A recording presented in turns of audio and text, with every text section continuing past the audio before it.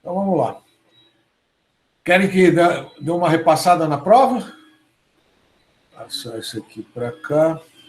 Então vamos lá. A primeira questão, né, era bem simples, era aquele primeiro conceitos básicos que nós vimos lá no início do ano, né, no início do ano letivo. Então era simplesmente classificar os eventos se era custo, despesa, desembolso ou investimento. Então pus 3 eventos aqui, a maioria acertou. Então, compra a prazo de matéria-prima é um investimento, porque eu comprei, mas ainda não utilizei essa matéria-prima, então ele é um investimento.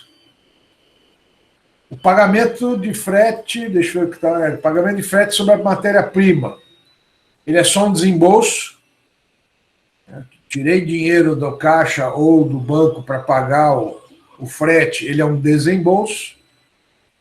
A apropriação do seguro da fábrica à produção é um custo, então é um custo, inclusive, indireto. O seguro da fábrica, tudo que lembrem lá, né? Tudo que é utilizado, qualquer gasto utilizado no processo produtivo é um custo. A transferência de material de escritório almoxerifado para a administração. Essa transferência, o que é? Uma despesa. Se fosse para o almoxerifado para a produção, seria um custo. Aí a transferência. Ele estava lá no estoque, que era um investimento. Quando eu transferir ele para a produção, ele vai ser um custo. Se eu transferir ele, no caso aqui, para a administração, ele vai ser uma despesa. Por último, aqui, embalagem utilizada em produto no decorrer do processo produtivo, ele é um custo. Aqui, ó. Então, o que eu tinha de custo aqui nesses 5? A apropriação do seguro da fábrica e a embalagem utilizada no produto na produção. Despesa, a gente tinha essa transferência de material de escritório, do almoxerifado, né, para a administração. O pagamento ficou como desembolso e a compra a prazo ficou como investimento. Franz, acertou tudo, Franz? Eu acertei, professor. Alana? Também, professor. William? Essa daí deu boa também. Vinícius, acertou tudo as 5 aqui? Sim, professor. E beleza. E você, Rodrigo, como é que foi nessa questão aqui? Então, Joia, vamos para as próximas aqui. Então, eventos ocorrendo em uma indústria em determinado período. Então, consumo de energia diretamente proporcional ao volume. Tem um valor aqui. Gastos com pessoal do faturamento. Depreciação de máquinas de produção comuns. Transformação de matéria-prima em produtos acabados. Honorários da administração da produção e depreciação do microcomputador do faturamento. Aí eu pedi, baseado nesses eventos, valor dos custos diretos, valor dos custos indiretos, valor dos custos fixos e valor dos custos variáveis. Deixa eu até ver aqui, ó. Aqui até tem a resposta, né? Seria 13.830 de custos diretos, 14.270 de custos indiretos, 14.270 de custos fixos e 13.830 de custos variáveis. Eu comentei em aula que, na maioria das vezes, lá, acho que até falei para vocês que 95% das vezes, quase todos, né, os custos diretos são custos variáveis e quase todos os custos indiretos são custos fixos. Então, aqui, ó, até fiz a tabelinha aqui na planilha, não sei se precisa aumentar. Então, tá aqui, ó. Consumo de energia elétrica, né, diretamente proporcional ao volume, se eu for classificar, ele vai ser um custo direto, que eu estou usando diretamente na produção, e como ele é proporcional ao volume, ele é um custo variável. O gastos com o pessoal do faturamento, salário e encargos sociais, ele vai ser um custo indireto, que eu tenho que ter alguma forma de rateio disso aí. A gente chama de custo indireto, no caso do pessoal do faturamento. Eu estou considerando que o pessoal do faturamento é subordinado à produção. Vai ter empresa que o pessoal do faturamento é subordinado lá à administração financeira e acaba nem ficando na fábrica, acaba ficando lá no no escritório, tá? Mas como aqui eu já deixei, eu pedi para vocês o que era custo indireto, custo direto, custo fixo e custo variável, nós vamos considerar todos esses aqui como custo. Então, custo indireto e custo fixo, o salário é fixo. A depreciação das máquinas de produção comuns também é um custo direto, eu vou precisar de alguma forma de rateio, nós vamos começar a ver a partir da semana que vem isso, e é um custo fixo também, porque a depreciação da máquina, vocês devem ter visto lá com o professor Paulo de Contabilidade, no ano passado, as depreciações, normalmente as máquinas são 10 anos, né? Tem máquinas que veículos é 5 anos, equipamentos de escritório e tal, são 5 anos, e ela é uma cota anual, dividido por 12, vai ter uma cota mensal fixa. É um custo fixo. A transformação de matéria-prima em produtos acabados, ele é um custo direto, porque está diretamente envolvido com a produção, e também é um custo variável, porque eu só vou transformar a matéria-prima conforme eu for produzindo. Os honorários da administração da produção, eles são um custo indireto, que eu preciso também ter alguma forma de rateio, e são um custo fixo. E a depreciação do microcomputador do faturamento também é um custo indireto, que eu preciso ratear, e é um custo fixo, porque também é uma depreciação. Então, se eu for fazer aqui, ó, custo direto, custo indireto, custo fixo e custo variável. Opa, custo variável. Eu teria aqui, o que é custo direto? 3.630 mais o 10.000. Então dá os 13.830. O que é custo indireto? É o 6.250 mais o 2.300 mais os 5.600 e mais os R$ 120 aqui. Então, 14.270. E aí vai dar a mesma coisa. Custo variável é 3.630 mais os 10.200. Então, dá os 13.830. Consequentemente, o custo... Opa! Desculpe, aqui é custo fixo, gente. Custo fixo. É 6.250 mais o 2.300 mais os 5.600 e mais os 120. Eu tenho lá os 14.270 e de custo variável, os 3.630 mais os 10.200. A resposta é essas aqui, ok? Tranquilo? Aqui era um cálculo da mão de obra, né? Então, o setor de prensas da Metalúrgica Lata Limitada possui um funcionário horista, isso aqui foi da última aula, com salário de R$18 a hora. O regime de trabalho é de 44 horas por semana e entre faltas abonadas e feriados, ele deixa de trabalhar 15 dias por ano. As contribuições recolhidas sobre a folha de salário são 20% para o INSS, 8% para o Fundo de Garantia, 5,8% para as entidades SES, SENAI, etc., e 3% de seguro contra acidentes de trabalho. A empresa proporciona aos seus funcionários uma cesta básica mensal no valor de R$100, um vale-refeição de R$15 por dia. Calcule o custo hora desse funcionário. Então, a resposta correta seria 39,31. Alguma dúvida com relação a esse cálculo?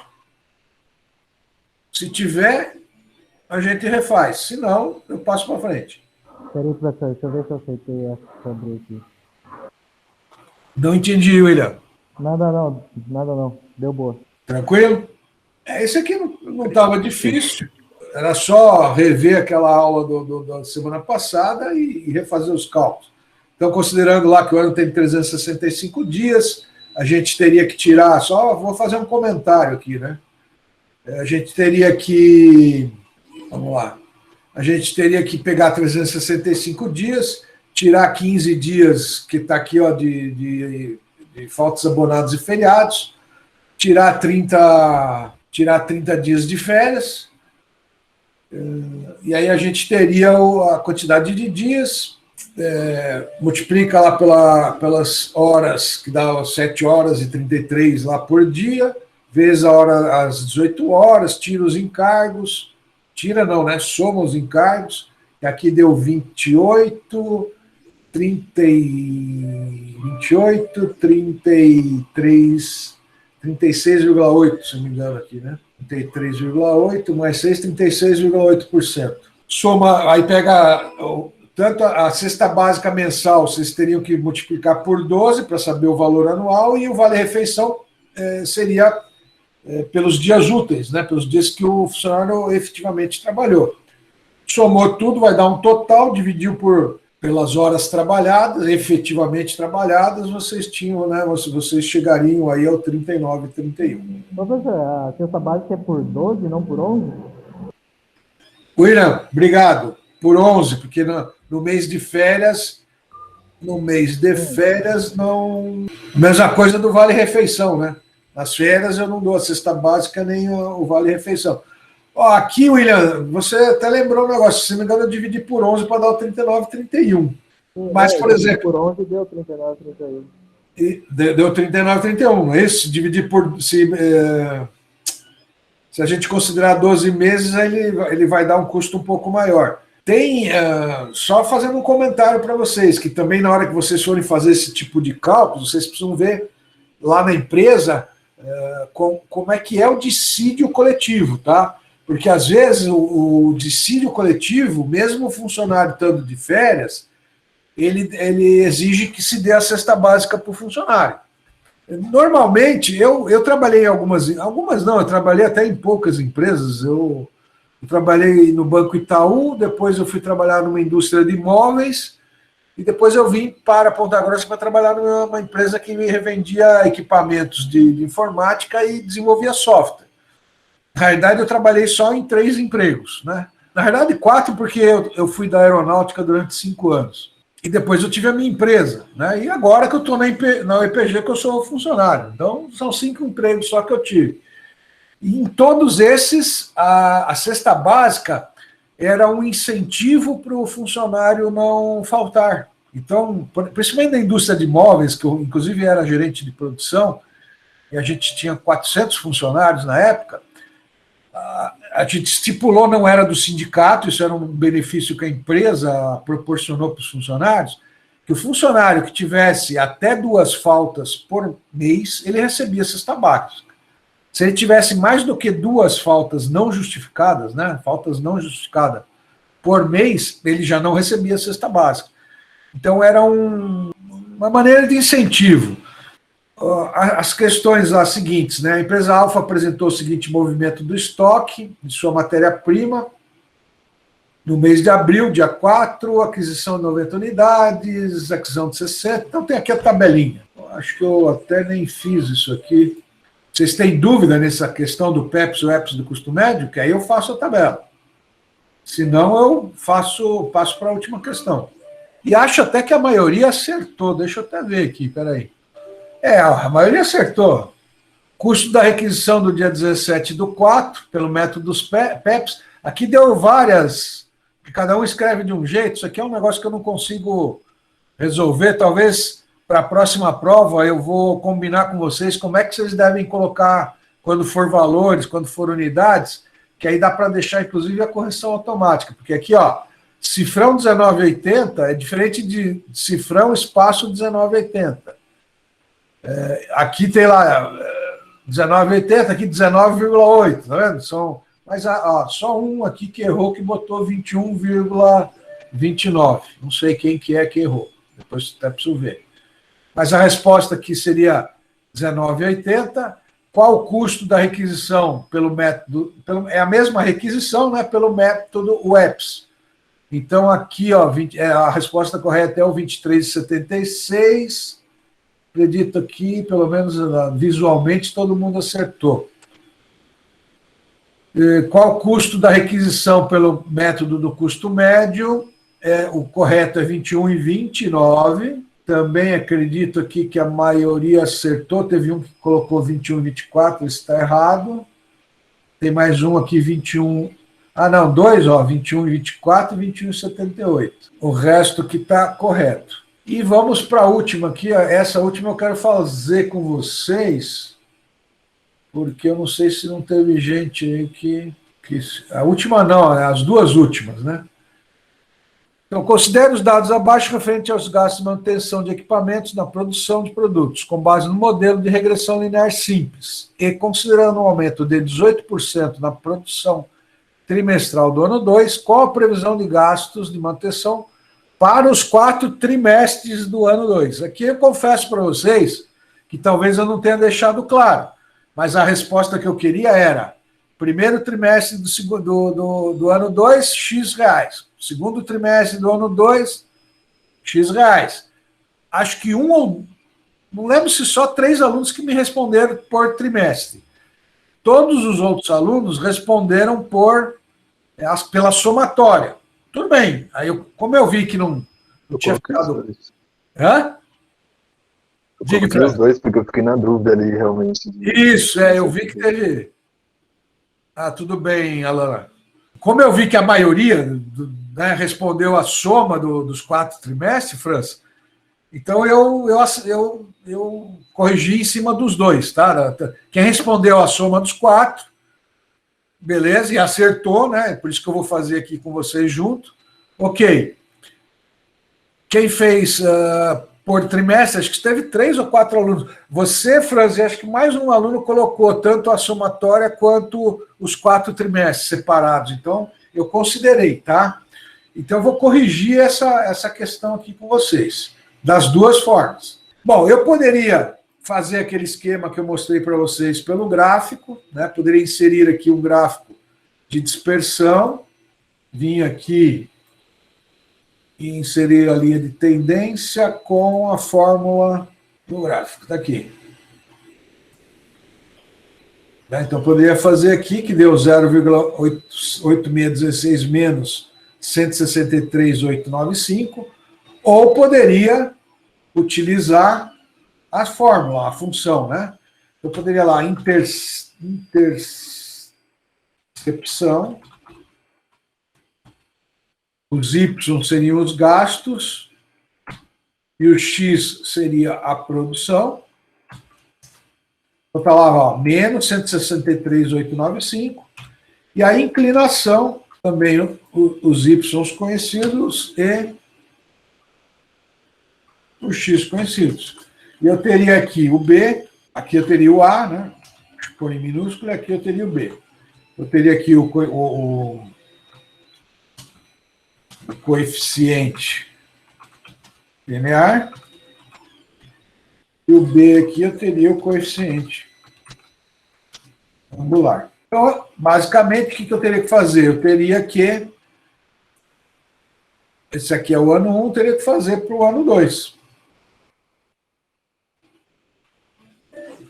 De que forma? Aumentando 18% do ano. Né? Senão, se eu for aumentar, posso multiplicar aqui por 1,18, eu teria a produção do ano aqui.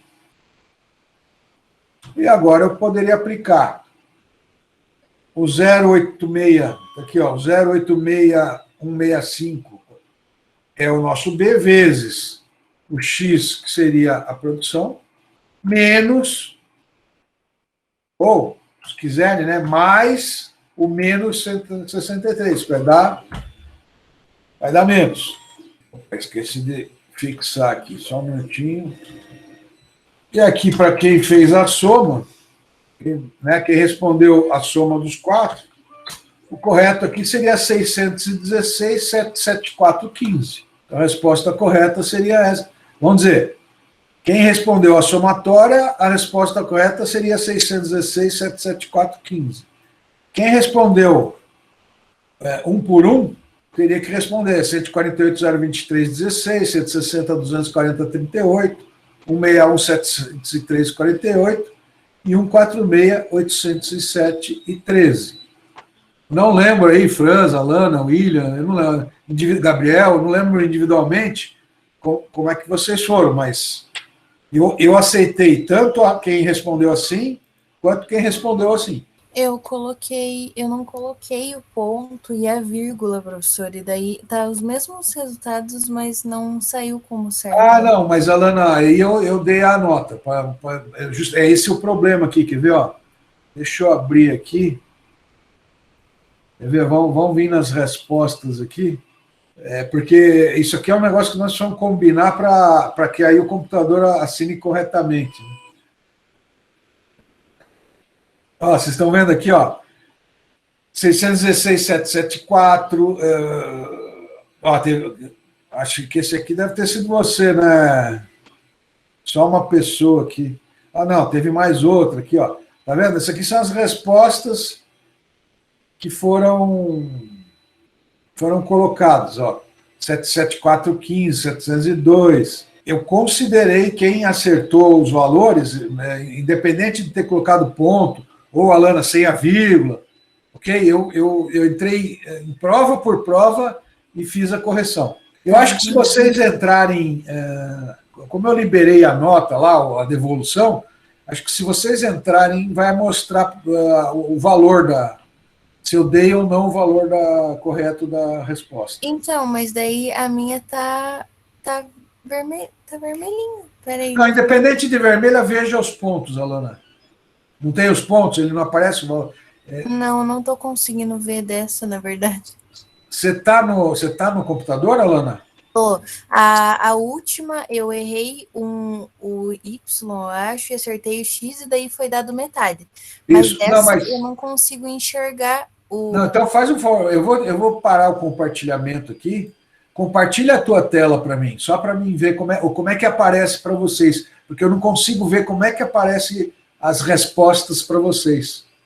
Isso aí, Alana. Ó, tá vendo aqui? Não tá aparecendo aqui? Não aparece. No teu caso eu vou ver então, Alana. E no 11 lá, deixa eu ver como é que aparece. Na 11 aparece metade. Ó. Ah, aparece 10 de 20, né? Isso.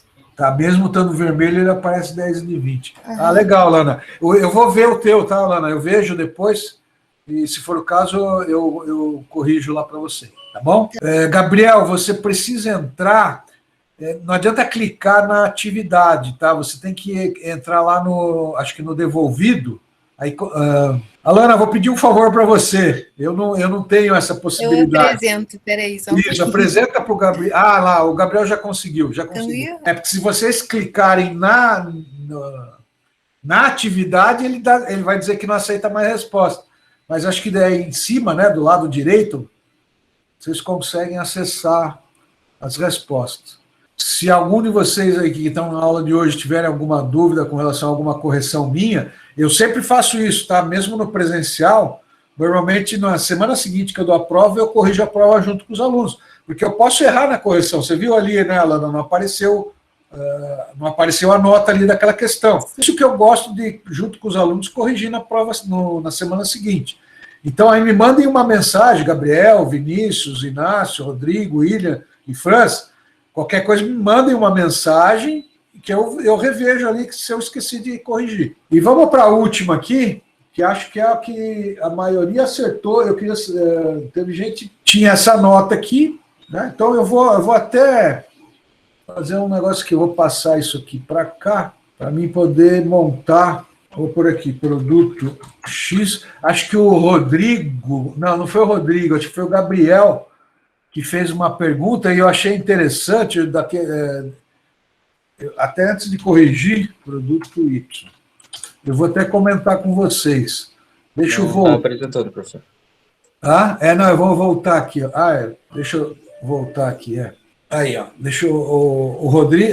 Foi você, né, Gabriel, que comentou comigo, se não me engano. Eu não tinha reparado. Aqui no total, né, nos totais da nota, então ele tem lá a base de cálculo de 8.620,30 e tem o valor do ICMS, Aí tem os totais de produto, o valor do frete, o valor do IPI. Esse aqui eu acho que eu expliquei para vocês, é uma lei que exige que as empresas coloquem o valor aproximado de impostos que elas vão pagar por terem emitido essa nota. Isso não quer dizer que está tudo aqui embutido, que esteja visual na nota. Vocês não conseguem, porque aqui dentro tem PIS, COFINS, dependendo do ramo de atividade, tem outros impostos aqui. Mas é para saber que dos 8.620,30 que eu estou pagando para o meu fornecedor, 3.425,34 vai para o governo. Então, essa foi a intenção de uma lei aprovada no Senado, acho que há uns 5, 6 anos atrás, nem lembro quando surgiu isso aqui, eu tive que mudar todos os meus clientes que têm emissão de nota fiscal. Mas o que o Gabriel notou, e que eu não percebi, se vocês somarem aqui, ó, deixa eu até pegar a calculadora para mostrar para vocês. E, Gabriel, eu fui ver o que era isso aqui. Eu acho que quem emitiu essa nota comeu bola. Então, eu tenho lá, valor do CMS, 296,56 mais 48,25. Então, o valor do ICMS que está aqui nos itens da nota dão 344,81. E o valor que está aqui, ó, dá 342,81. Tá? Não fecha, né? Então, eu não sei como foi autorizado como passou isso na hora da emissão da nota lá junto ao governo. E eu não tinha percebido isso aqui. Na verdade, só para vocês saberem, isso aqui é nota que um cliente meu recebeu do fornecedor dele. Tá? Eu só tirei lá os dados que ele me permitiu que eu usasse essa nota na aula, desde que eu não identificasse quem era o cliente nem quem era o fornecedor. Então, eu acabei tirando aqui, ó, identificação do emitente. Aqui eu coloquei um nome fictício do cliente e tal, mas eu não percebi essa diferença aqui. Existia uma época, quando foi implantado a nota fiscal eletrônica, isso aqui começou em 2008, se não me engano, que começou a nota fiscal eletrônica. Os sites das secretarias de fazenda dos estados permitiam um arredondamento para mais ou para menos, uma margem lá, se não me engano, acho que era de 50 centavos ou R$1, eu não lembro agora, faz 12 anos atrás. Hoje já não se permite mais, o cálculo tem que bater, mas no início eles permitiam uma diferença aí. Bom, então, e aí eu vou colocar aqui, vou colocar aqui, valor total, eu tinha no produto X, o valor total era de 6.360 e no produto Y era 1.053,62. Aí eu tinha quantidade 15 e 10. Tinha de ICMS. Aí eu usei 29656 e 48,25. O que mais eu tinha aqui? Eu tinha o IPI, 954 e 52,68. E eu tinha o frete. Eu não sei, né? Então, nessa nota eu tinha R$200 de frete. Eu precisava ratear. Eu teria que fazer. E o total de produtos, era de 7.413,62. Eu tinha que achar o coeficiente de rateio do frete. Eu pegaria os R$200, dividiria aqui pelos 7.413 e eu teria o meu coeficiente a ser aplicado aqui no valor total do frete. Então, é o valor da mercadoria, vezes isso aqui, e 1.053 vezes, aqui eu teria o custo total, vou chamar de CT, custo total. O que seria meu custo total? Seria o 6.360, mais o frete, e menos o, porque a proposta aqui da prova é que tinha a recuperação do imposto. Então, eu teria que tirar o ICMS. Tá? Aí, lembrem que nas aulas eu falei, se eu tenho recuperação de imposto, neste preço de 6.360 está embutido o ICMS. Então, eu tenho que tirar o ICMS. O IPI ele é destacado separado. Então, se vocês quisessem, vocês poderiam até somar o IPI, porque aí o preço seria o 6.360 mais o IPI, 954, e depois tirar o 954. Então, não precisava fazer isso. Eu teria aqui o custo do produto X. Custo total. E a mesma coisa eu faria aqui. Valor total menos ICMS mais frete. Não precisaria considerar o IPI. E aqui eu teria o custo unitário.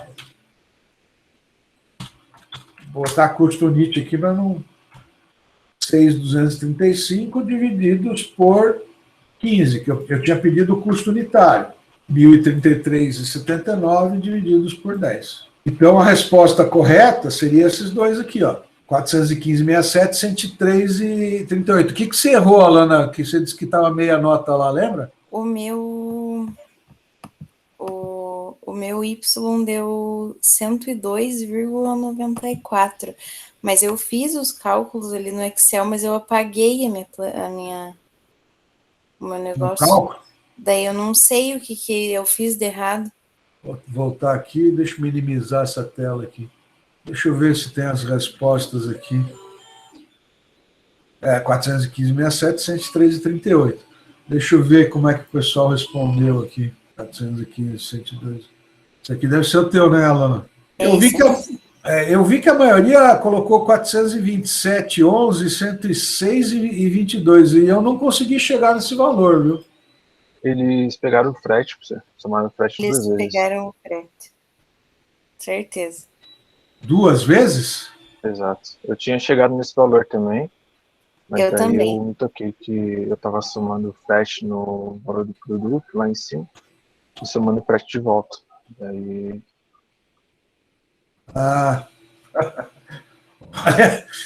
Confesso para vocês que eu apanhei. Eu falei, por que a maioria respondeu esse 427,11, né?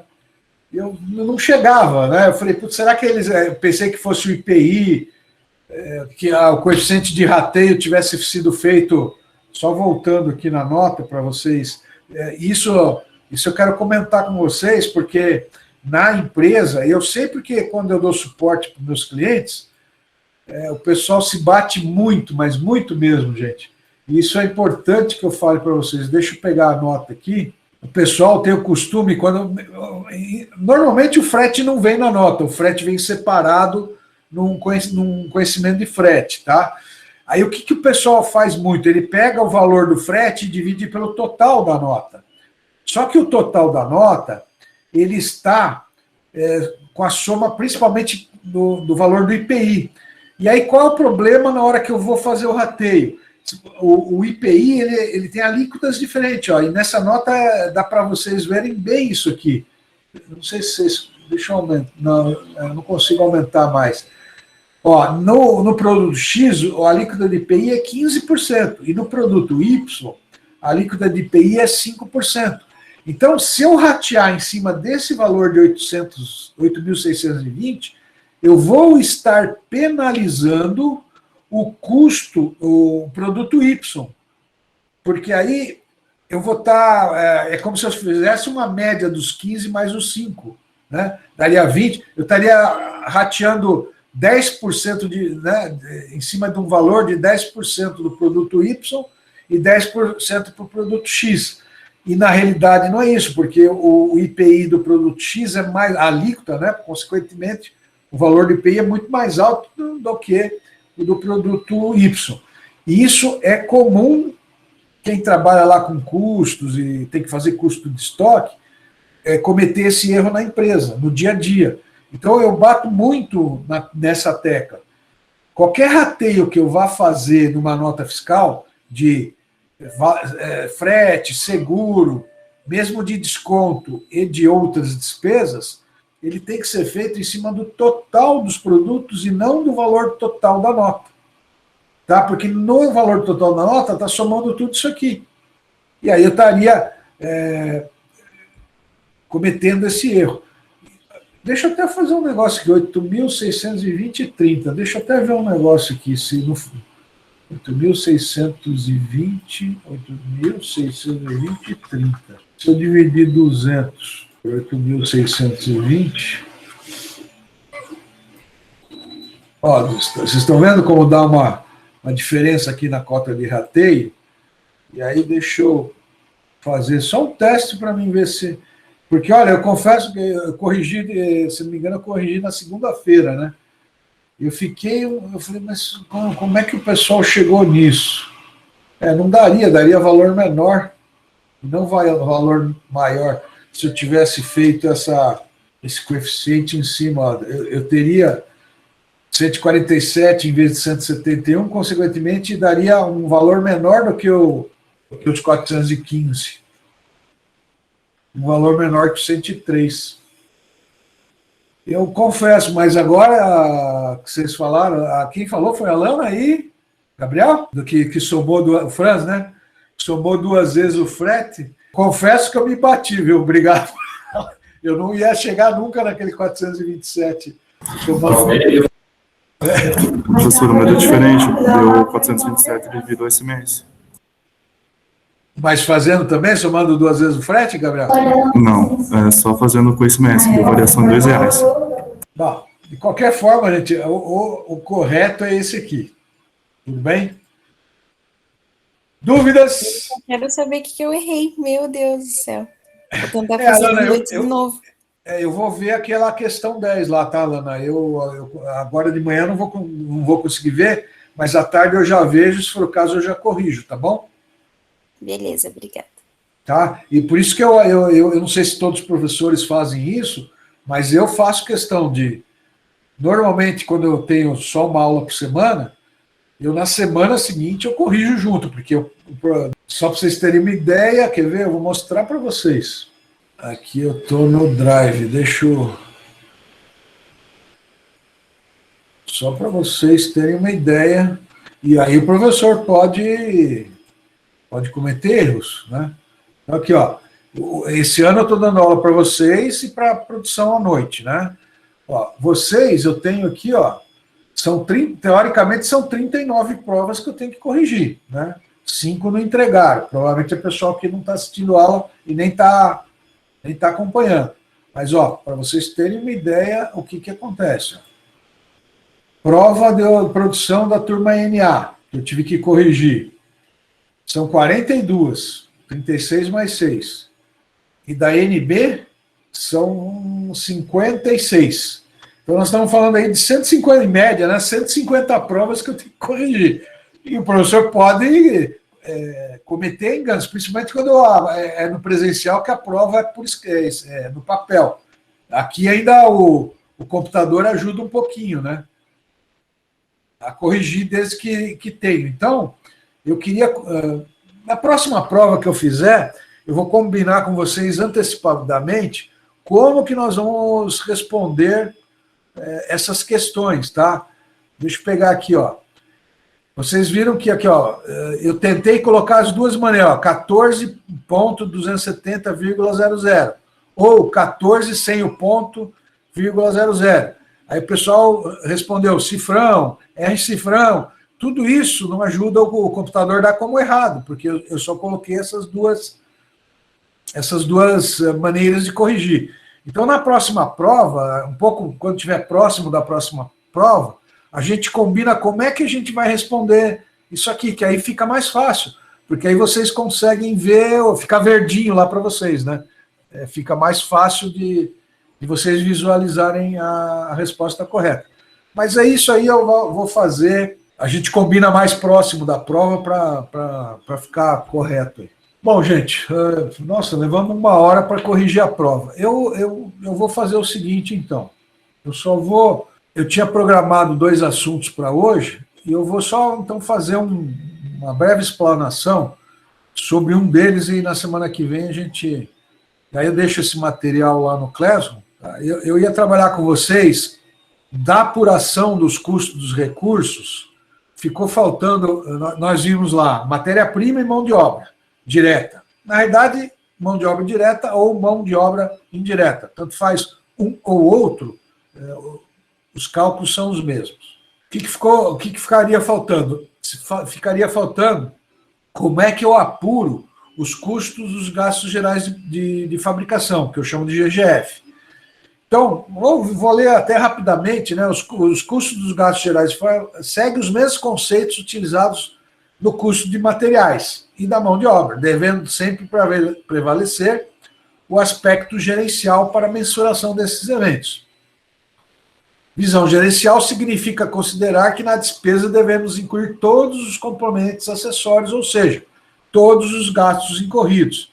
Então, quando eu compro lá material de escritório, né, que seria lá para o escritório da fábrica, alguns insumos que eu vou ter que ratear a cola, sei lá, a fita para embalagem, eu tenho que calcular da mesma forma que eu calculo lá material direto. Se eu tiver crédito dos impostos, eu tenho que me creditar. Se eu tiver frete seguro e outras despesas, eu preciso somar. Então, o modo de cálculo é o mesmo. De modo geral, a mensuração dos custos do GGF obedece o seguinte critério: excluir os impostos recuperáveis, incluir os impostos não recuperáveis, incluir gastos acessórios, incluir gastos até o recebimento da despesa na empresa. Então, lá, frete, seguro. Aí eu dou, aqui nesse material, eu dou um exemplo. Energia elétrica.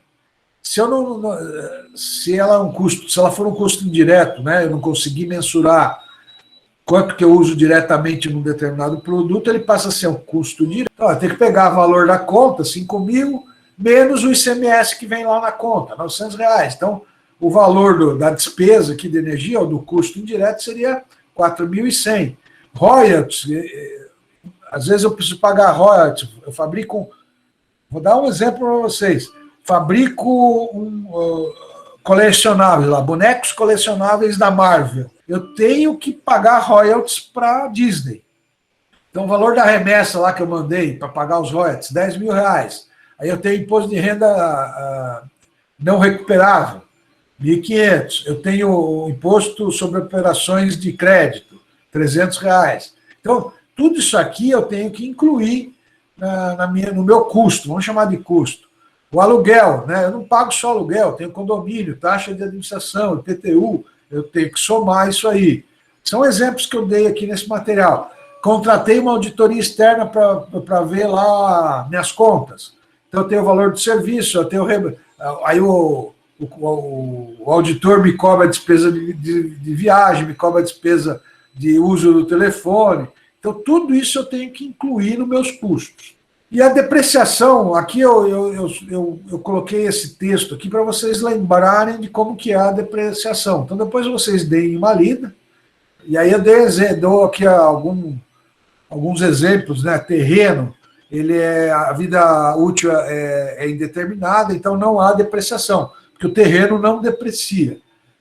Imóveis, normalmente é 25 anos, então eu vou depreciar 4% ao ano.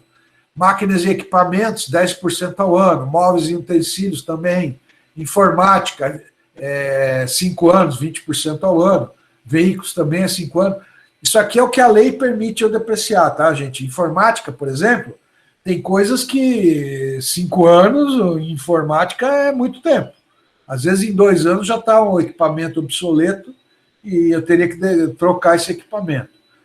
E aqui eu dou um exemplo de como vocês fazem.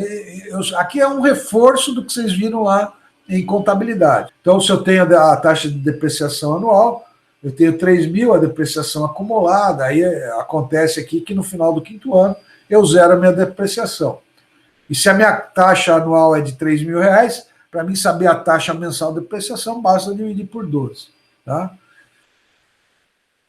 E aqui é a parte legal da coisa. E aqui eu falo um pouquinho do custo da depreciação gerencial. Então, é muito comum, principalmente na produção, eu trabalhar com a vida útil do meu equipamento, que normalmente é dado em horas. Ou aqui, no caso, em horas, em litros processados ou toneladas. Então, eu posso utilizar, quando eu faço gestão de custos, em vez de usar a depreciação contábil, que é aquela que eu mostrei ali para vocês, eu utilizar a depreciação gerencial. E aí, eu tenho aqui, equipamento. Pegar, por exemplo, a capacidade, eu tenho a capacidade de processar 17 mil. Tudo bem, Alana, estou terminando aqui. Pode sair. Bom trabalho aí. 17 mil horas, então eu sei que o custo do bem é de 54 mil, eu sei que eu vou depreciar R$3,20 a hora. Aí eu sei que o produto leva 1 hora para ser feito, eu vou utilizar 3,20. Então, esse material eu vou deixar disponível no Classroom para vocês, é um material mais teórico, mas é bom que vocês tenham conhecimento disso, principalmente quem for trabalhar em gestão de custos nas empresas. E o outro tema que eu ia iniciar com vocês hoje era os sistemas de custeio. Vou deixar para a próxima aula. E se vocês tiverem alguma dúvida, postem lá no Classroom, eu esclareço para vocês lá. E se não tiver dúvidas, por hoje, já são 11h10, por hoje eu termino a aula. Gabriel, alguma questão? Franz, William, Vinícius, Rodrigo e Inácio, né, que são os que estão presentes. Então, gente, na aula que vem, vamos começar um tema que é sistemas de custeio. E daqui até o final do nosso ano, seja ele remoto ou presencial, nós vamos trabalhar com esses sistemas de custeio, por absorção, custeio variável. Vou comentar alguma coisa com vocês, custeio ABC e tal, mas na teoria. E em termos de cálculo, na parte prática da disciplina, nós vamos trabalhar basicamente com o sistema de custeio por absorção e custeio direto ou variável. E aí o último tema da nossa disciplina é formação de preço de venda. Então, basicamente, daqui para frente, nós vamos trabalhar com os sistemas de custeio. Não vamos ver todos, porque não temos carga horária suficiente para ver todos. No noturno é o dobro da carga horária, então lá dá até para ver todos os sistemas de custeio. O de vocês, nós vamos trabalhar com os dois que são mais utilizados. O por absorção, que é o que a legislação permite utilizar, a legislação fiscal, né? E o custeio direto ou variável, que é o que gerencialmente mais se usa aí para gerenciar custos. Tá bom? Então, um bom dia para vocês, um bom final de semana e a gente se vê na quarta-feira que vem. Abraço.